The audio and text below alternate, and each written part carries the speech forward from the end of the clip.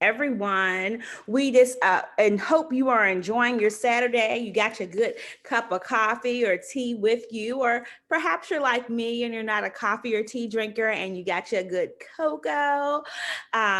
We just want you to know thank you so much for tuning in with us. We have something juicy for you today as you take a look with Dr. Quignon Nancy Scott and Christina Cook, Washington Post Teacher of the Year. yes, honey, Washington Post Teacher of the Year. And we just want to say happy Halloween to everyone. We can't wait to see all the costumes. And please make sure that you are safe this evening if you do plan on going trick or treating. For those of you that will be passing out candy, please don't forget the CDC new rules that you must have gloves in order to pass out candy. Please make sure that you are proactive on your end. We want to ensure that everyone is safe. Also, we do have a disclaimer that today the information that we will share does not represent us or our individual. It represents us. It does not represent our individual jobs, our universities, or organizations that we are members of. Please be mindful that as you are sharing this information, to share, like, chat, provide us comments. Our whole goal is that we are providing information and giving you things to fill your backpack up as we maneuver this endeavor together of virtual education. And things are just different. Like we said a couple weeks ago, like we just woke up one day and poof, life was different. And so, Cook, when we left school March 13th, who would have thought that it would be October and we are still home? We were like, maybe we'll get 2 weeks off. Exactly. Like, it's just going to be 2 weeks and then we're going to be back. And 2 weeks has turned into 8 months. How do you feel about that? I feel like life is precious, and just in the blink of an eye, your situation can just turn around unexpectedly. And so I feel like um, grateful, but I feel like time is of the essence and that time waits for no one. And so I think if I've learned nothing else through the season of COVID, it is to seize every opportunity, because you just don't know how your life may turn around with circumstances you couldn't control. And so, yeah, I just feel like still surreal. Like, wow, I went from, dress up clothes to just dressing up the top, pajamas on the bottom. So it's real. I miss dressing. I don't know how people work from home.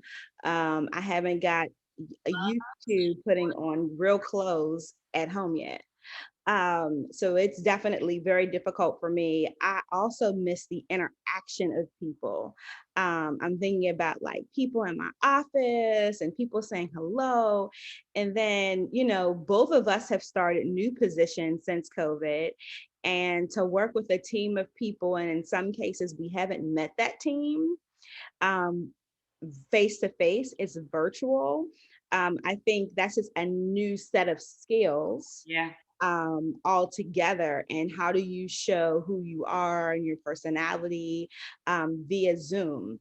Yeah. Uh, and what I realize is that I definitely feed off of energy. Mhm. So I find myself being like very quiet and having nothing to say. Um, like on virtual calls, and I'm thinking like, that's not who I am, but I'm literally like scrambling, like I really have nothing to add to the conversation. Mhm. No, I know exactly how you feel, because like both of us had to build relationships with new team members literally virtually. And so I think for me, the first step was just surveying the land and seeing how the new organization works, so that I'm not offensive, right? Because what works in an old organization doesn't always serve you in a new position. And so I think in addition to learning the land and then, learning my new position and then being able to do it effectively and efficiently has allowed me to take the cotton out of my ears and put it in my mouth and sit back and really just learn. So I'm looking forward to, being back in the environment, if that ever is going to happen. But I think one of the things it's forced me to do is really work on my people skills, because just as we're feeling people's energy, people are also feeling our energy and seeing what we bring to the table. And so it's been important to me to really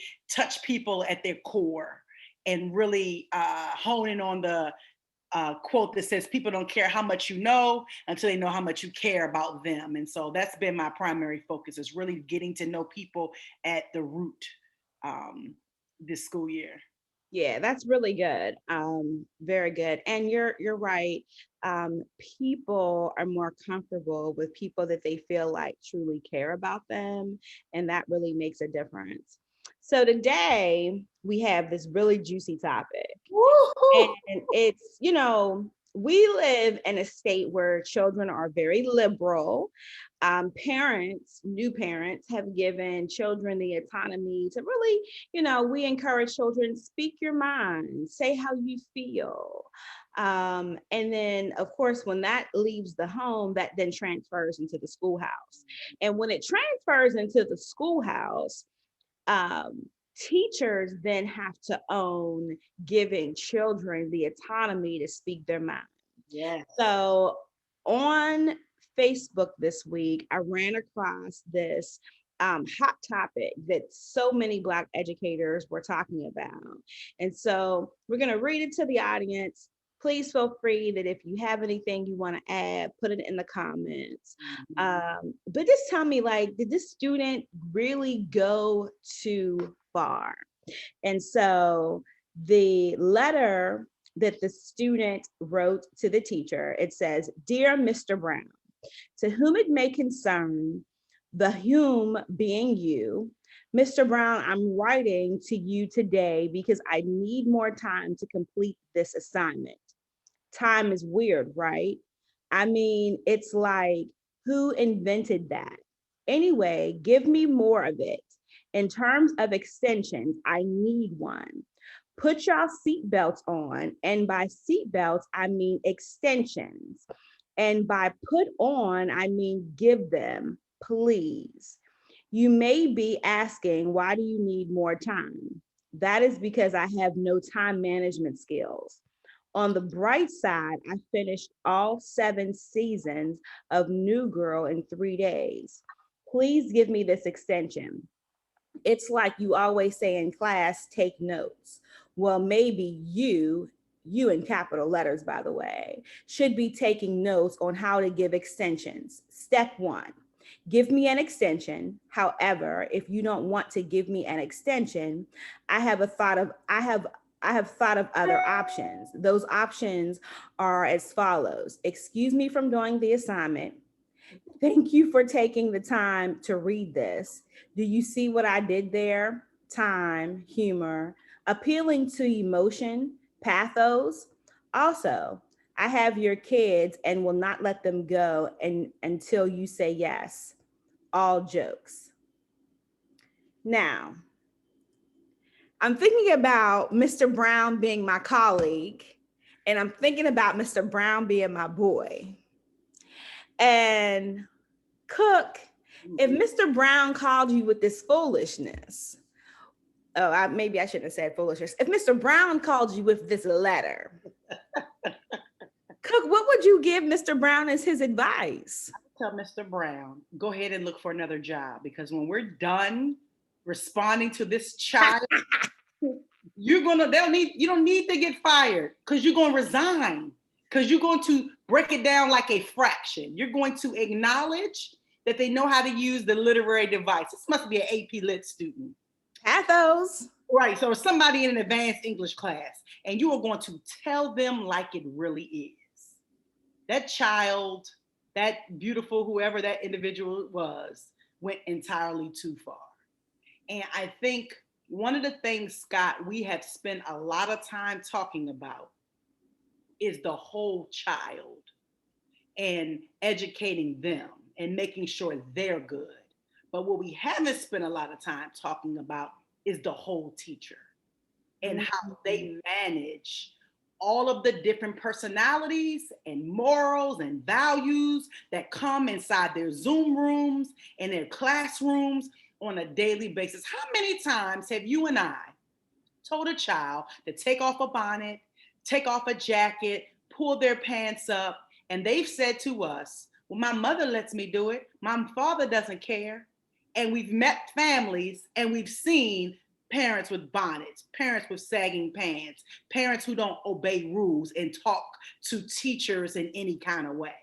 And so I'm feeling my inner Ruth Bader this morning, Harriet Tubman this morning.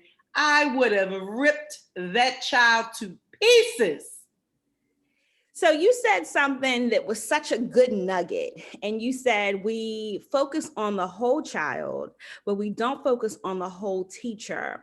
I want you to have an opportunity to do a deeper dive into, if we were to focus on the whole teacher, is that providing ongoing professional development on identifying, like, how would you define the whole teacher? That's what I'm grappling with. So I think like the teacher is in three parts. We're gonna just give it out for the Father, Son, and the Holy Ghost. Okay, Amen. Okay, we're gonna use the number three. Right, there's the teacher that is the human, right? That's separate from the job, right? The personal side.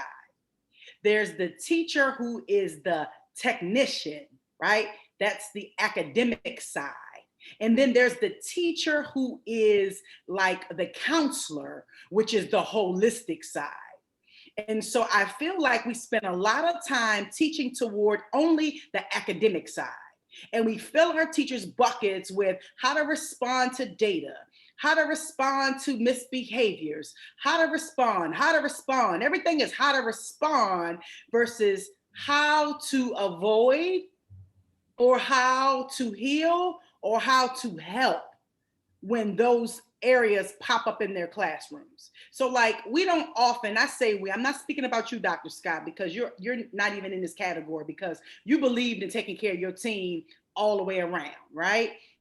But I feel like we don't do enough of checking in with teachers to see where they are mentally before then we ask them to respond to academics. I'm channeling my inner Maslow's hierarchy of needs, right? Before I can teach a kid, if they're hungry, the expectation is that that kid gets fed.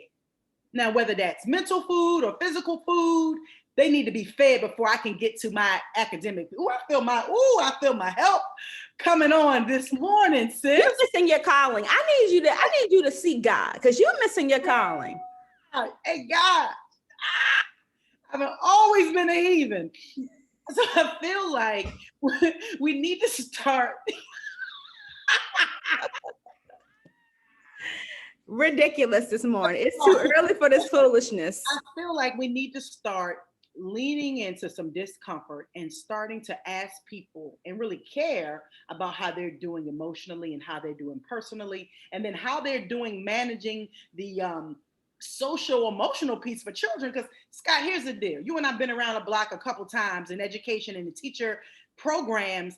I don't know if the curriculum is really geared toward like that social emotional piece. It's starting to get there, but at the end of the day, PARCC doesn't measure how well your teacher was able to connect with you.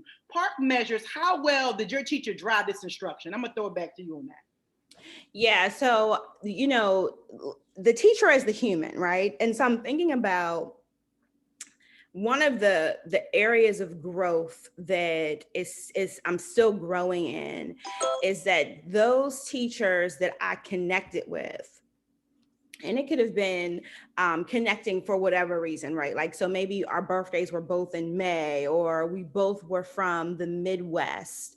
Those teachers that I had a connection with, I was much more inclined to extend them an olive branch. I was much more inclined to consistently check on them. And it was easier to build relationships. Mm-hmm. Those teachers that had hurt me, or those teachers that I never built relationships, it was the human side of me. It was very difficult for me to continue to support those teachers. Yeah. And so I'm thinking about this teacher, Mr. O'Hara.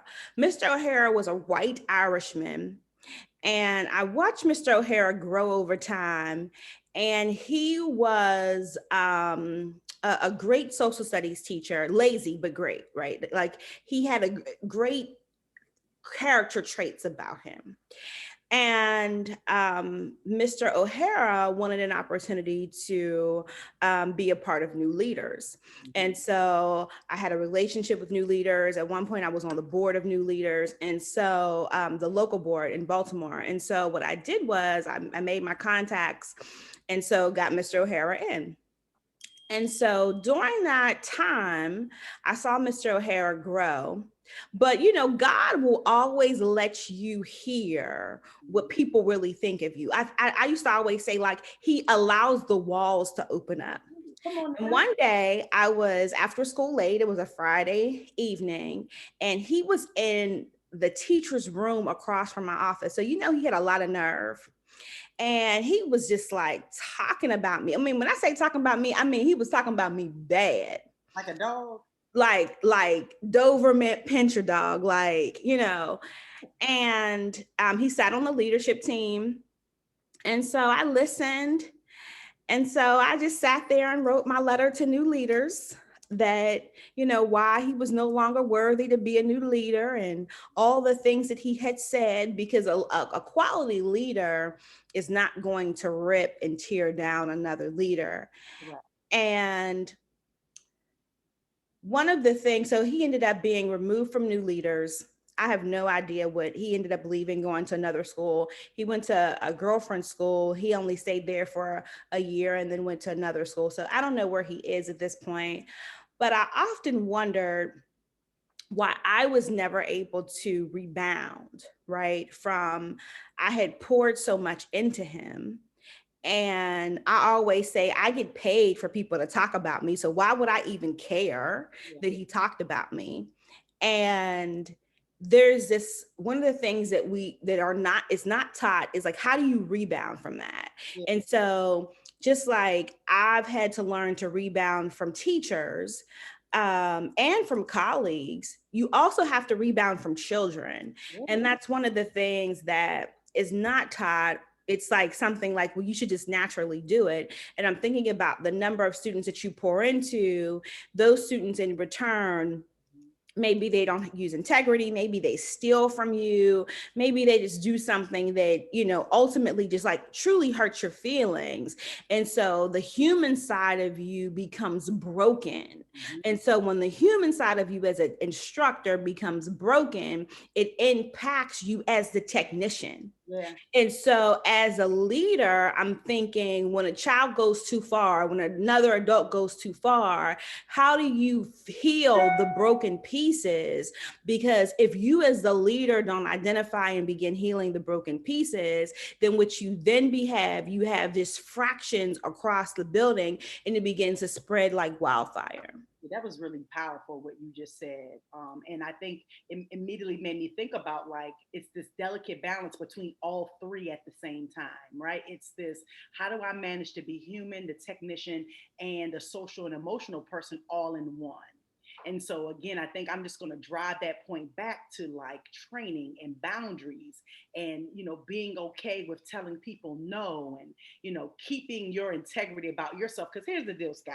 Anything we did for children, we did it in service of children, right? And I don't believe we ever, and I'm not going to say, well, let me not, well, I won't speak for you. I'll say this. I will say the majority of the time, I believe we poured because somebody poured for us. Yeah. And so it wasn't even necessarily that the child deserved it. It was that we came back just a small fraction of what somebody had given to us. So like my upbringing, I grew up with a single mom, but I had a village. I had a village of people who believed in me before I could believe in myself. And so I feel, even to this day, anything I fight for is always in service of my three, in the hopes that somebody else's kid can still benefit. Even if that kid never knows my name, even if that family never ever gets a chance to meet me. But everything we do for kids is just now paying forward somebody praying for us a long time ago. And so, yeah. And so I'm thinking about when so you look at it as like paying for the village. I just kind of looked at it, it's just the right thing to do, right? Yeah. Like I think that when children are in need, it's just the right thing to do. But I don't have a scarf to throw a flag on the play. So I have like this little salt packet. So I'm going to throw the salt packet flag on the play, right? So the reason why I'm going to do a flag on the play, because I want to bring something up that happened with you.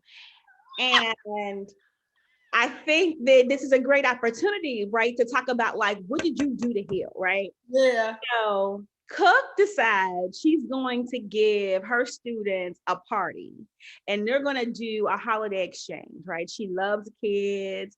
They're getting ready for the holidays, blah, blah, blah. Everybody brings a little gift. They share numbers, they exchange. And somebody steals a good pair of earrings. Now, I'm thinking about these earrings. They probably was nothing more than like, I'm gonna say $9.99 at the most expensive, but they was probably more like $1.99. Brooke was livid. When I say livid, I mean, you know how she said she's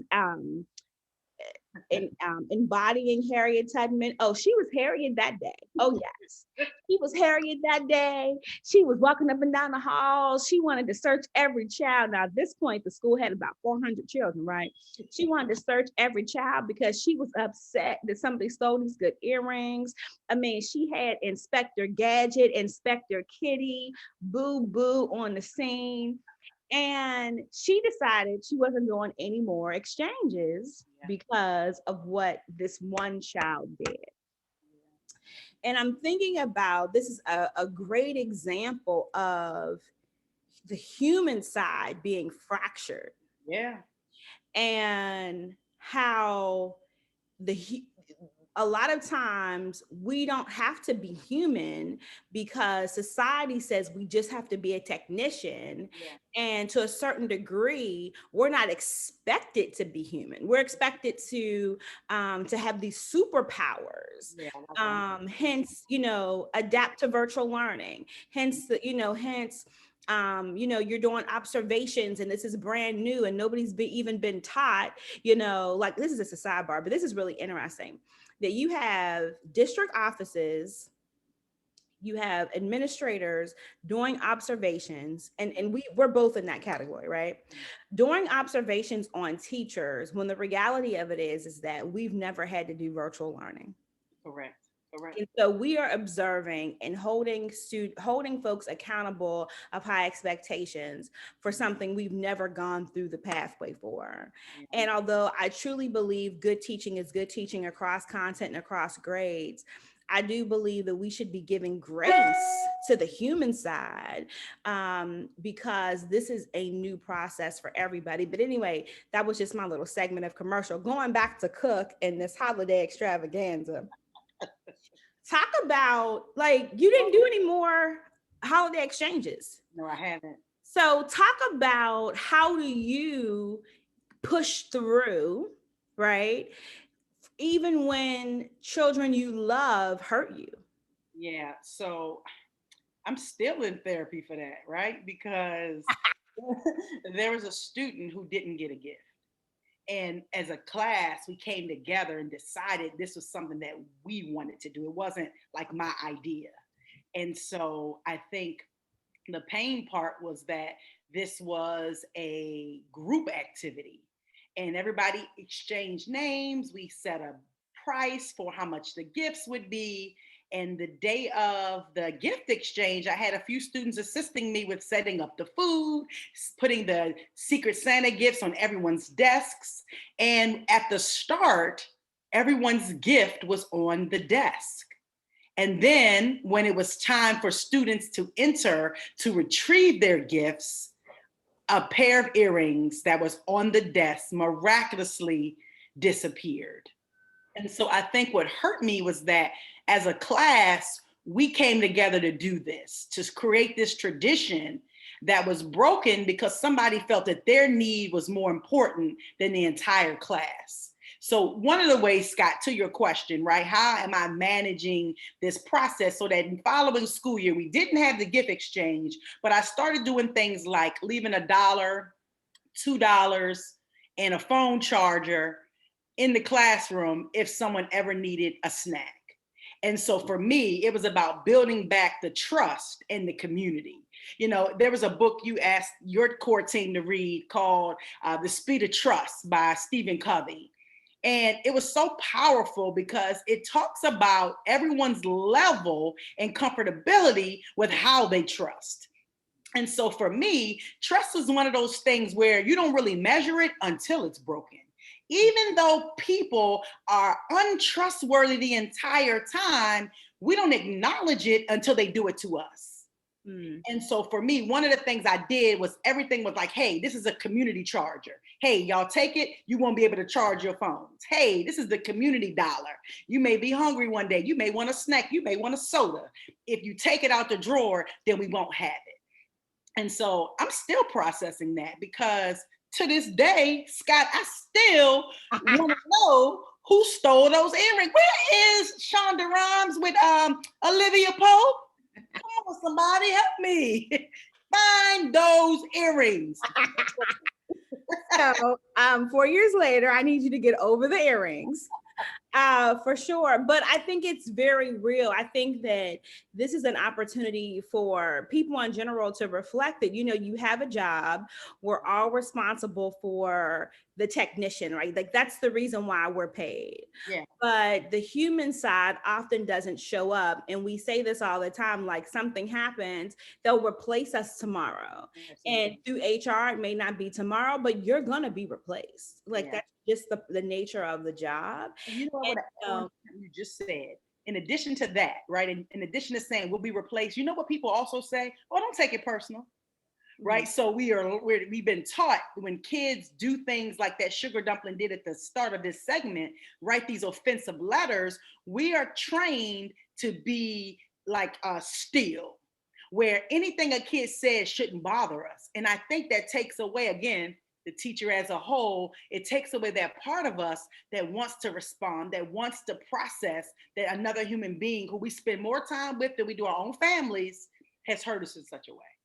Yeah, and you know what? I'm thinking, even for myself, I can recall teachers getting offensive emails or students writing offensive things to the teacher.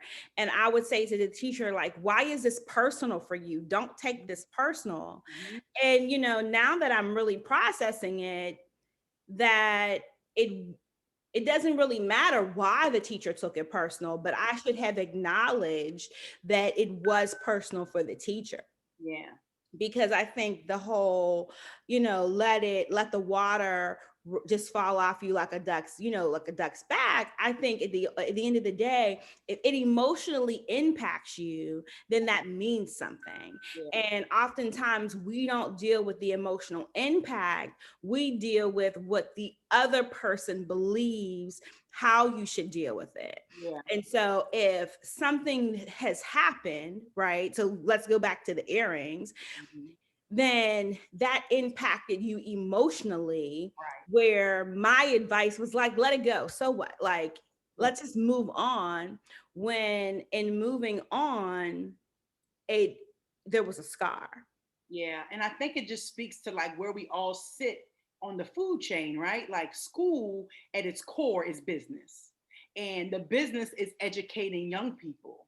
And so I think, as a leader, you're looking like, hey, you can't let one thing stop you from reaching everybody else, right? So I don't even think your advice was negative, right? I just think you're looking at it big picture. I'm only seeing in the forest, but you're looking at the entire village. And so I think we also too give advice from like where we sit.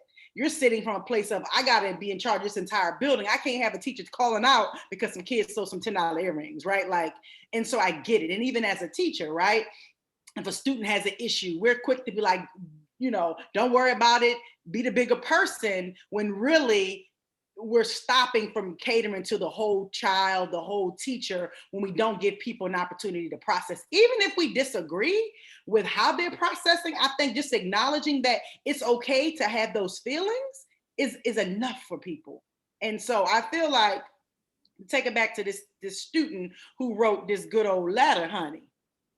That teacher needs to respond in kind. And maybe a simple, I think this was really inappropriate. And, I don't take kindly to threats, because that student in that letter did offer to do harm or offer to do something to that teacher's family, which to me is now teetering on now a personal relationship with that teacher versus the teacher technician side with that teacher. And so I think you and I have had friends and colleagues that we know have gone too far. But when does the student go too far? Mm-hmm. And normally the advice is where you're the adult. Yes. Well, I am the adult, but I am also human. And I also have feelings. And so I think until we start to acknowledge that everybody has feelings and that everyone's feelings need to be treated equally, I think we're still going to always have this tug of war, this balance, right? You know what we talk about all the time? I'm going to say the word deference. Does it exist? Do you think that your students and you are equal with autonomy in the classroom? Now, I know my folks on here, my social emotional folks gonna be like, yes, Cook, everybody should get a say. You get a say on certain things, but you don't get a say on everything. You get choice, but the teacher helps guide that choice. What's your thoughts on that, Scott? I think deference does not exist anymore.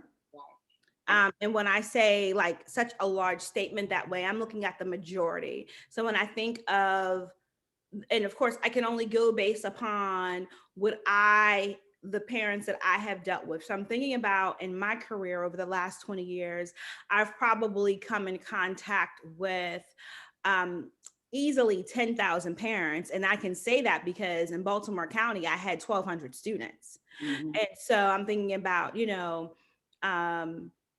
11 years of the principalship, 9 years of teaching, 1 year at central office. The number of parents, I'll say 10,000. And I'll say easily the number of families in which parents children had deference to their parents, and it was like public. Like I made it my business to have relationships with those families. Like I'm still in relationships because I admired the deference so much. Yeah. Especially I'm thinking about families where it was like 3 generations, and it was 3 generations where it was clear deference among all the generations. That was a rarity. Yeah. And so do I think it exists? Minimal. Yeah, I agree. It saddens me that it doesn't exist. Yeah, it's funny because my grandmother on the 27th of this month just celebrated her 97th birthday. Oh. And let me tell you something. Like there's nothing that woman can say that I'm going to argue about, right? She's the matriarch. She is the last surviving family member. She's it. And so I'm sitting here just thinking about like, how many people won't even have a grandmother to live to be 97? That's number one. But 2, what do you do with that jewel? Like she was born in 1923.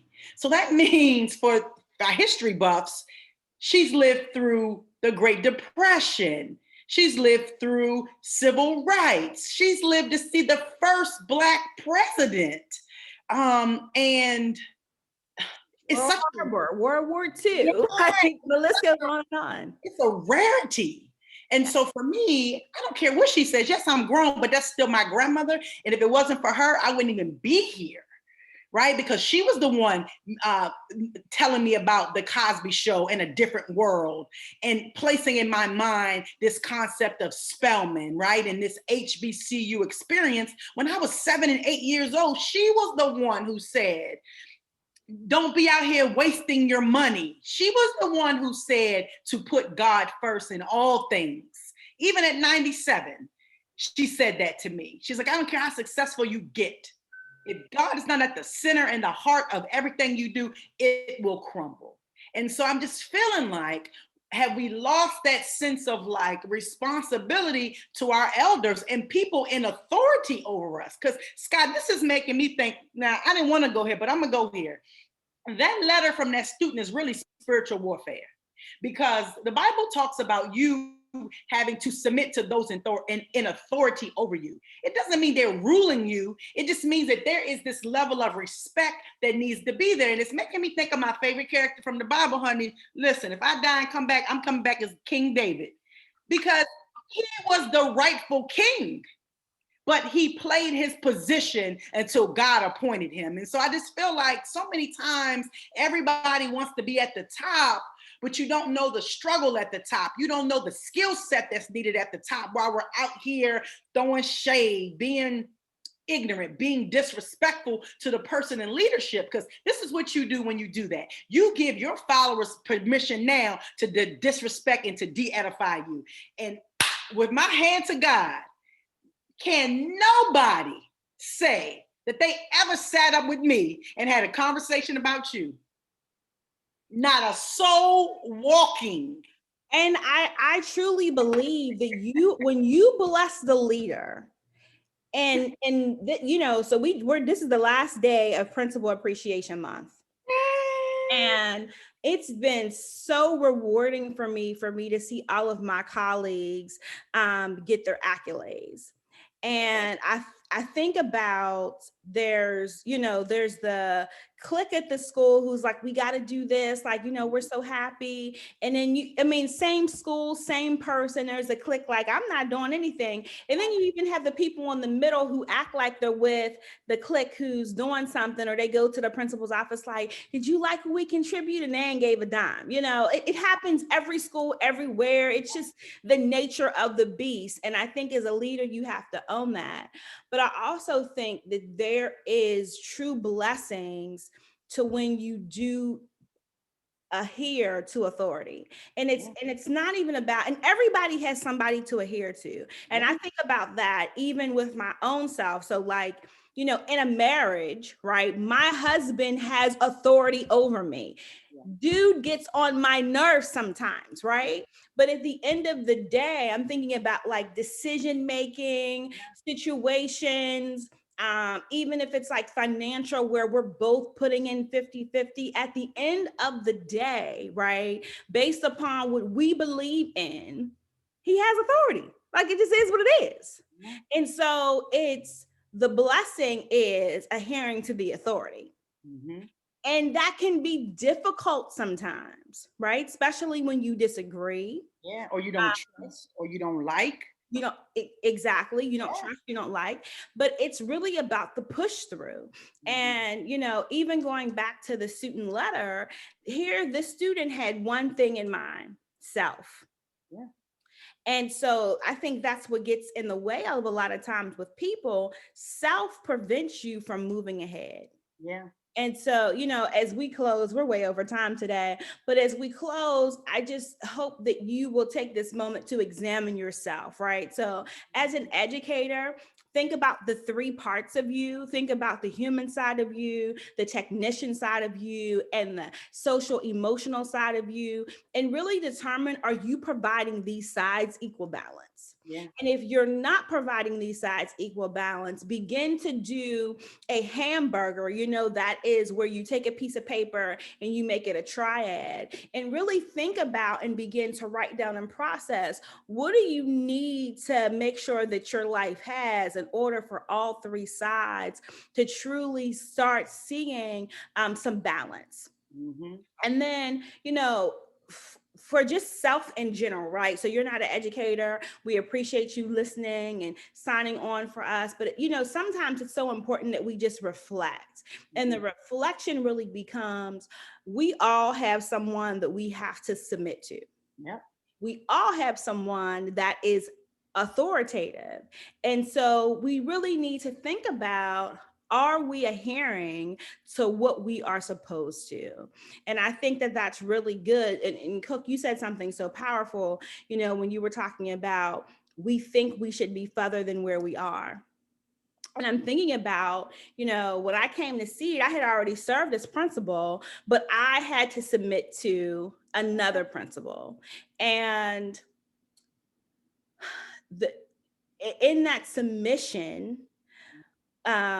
there are different things that you deal with emotionally, but you are responsible for dealing with the emotions, even if you believe that, you can do more, you should be more, blah, blah, blah. But it's a trickle effect. It's a cycle. And I think about, I'm about to go on a tangent, but we're really leaving and saying goodbye quickly. So the organization that I work for now, is like very open, like, they send out letters saying like, we're so concerned for the African Americans that are at your job. We hope that everybody's in mental health. Like, they're really pushing equity, equality. There's a Black caucus. Like, it's very different, right? And I'm thinking about, it's not a Black organization. I'm thinking about working for a Black organization and how the Black organization never, and I've worked for many of them, none of the Black organizations that I've worked for ever made their Black employees a priority. And that is supporting with mental health, supporting with acknowledging when things happen in the African American community, providing different supports for what happens. And it makes me ponder, right? That when you think about the emotional health of a person, why is it that we find that so many of the white organizations are doing things to extend an olive branch on behalf of their African American employees, but our very own African American organizations are not doing the same? Yeah, and it just speaks to like this history of racism and oppression that has taught people of color that strength is where it is, and that you don't feel, and that if you feel, you show weakness, right? I think it speaks to our own dysfunctional families who say things like, oh, just go pray about it and you're going to be okay, when in actuality you need more than prayer. The Bible even says that faith without works is dead. And so I think it speaks to like this generational curse of dealing with mental illness and mental health. We don't want to. Because for so long, if you were sick in your mind, you were put away, you were shunned, you were the black sheep of the family. And I think more, currently, right, more people are being comfortable talking about their mental health because we're losing a lot of people. Yeah. And so now, right, we've brought awareness to something. So now people are ready to, receive it and own it, but it's always been there. It's always been there. And to your point, I want to share this with you about you having to come and submit to another principal. That submission led to your core team, because you were now on the ground with the workers and you were able to figure out who's what, because who knew within just one short year later, right, that you would be elevated to that position. And so you were able to already have a team set in place. So it was strategic, that move for you. I know probably now looking back on it, you probably don't think of it that way, but think about it. You had the hands and the pulse on teachers because you were working directly with them as the director of instruction. Oh no, I absolutely. I think, it's just so crazy that I honor my time there. I know, like sometimes you just know it was God, right? And then sometimes you'd be like, oh, I was so out of the will. But that was absolutely, God. I thank him for so much favor. And, one of the things that I just want to say is that sometimes I told this to a girlfriend. So my husband bought me a car. My girlfriend said, like, how did you get a car? Like, I just want to know, how did you get a car? I said, I learned to shut up. And so I've been telling women that, but it really, and I say it jokingly, but it really is the truth. Like, and it's the same thing with God. Like, I learned to NABA, go with the flow.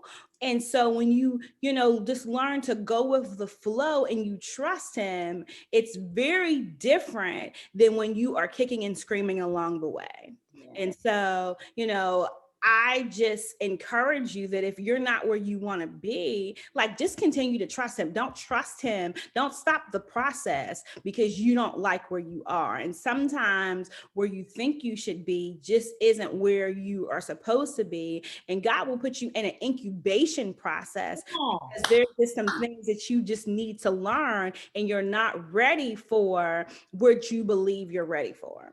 So with that said in mind, thank you so much for joining us again with Take a Look. We look forward to next Saturday with Quignon, and Christina. And make sure you share, like, and send us a few questions so we'll be ready for you next week. All right. Take care. Bye,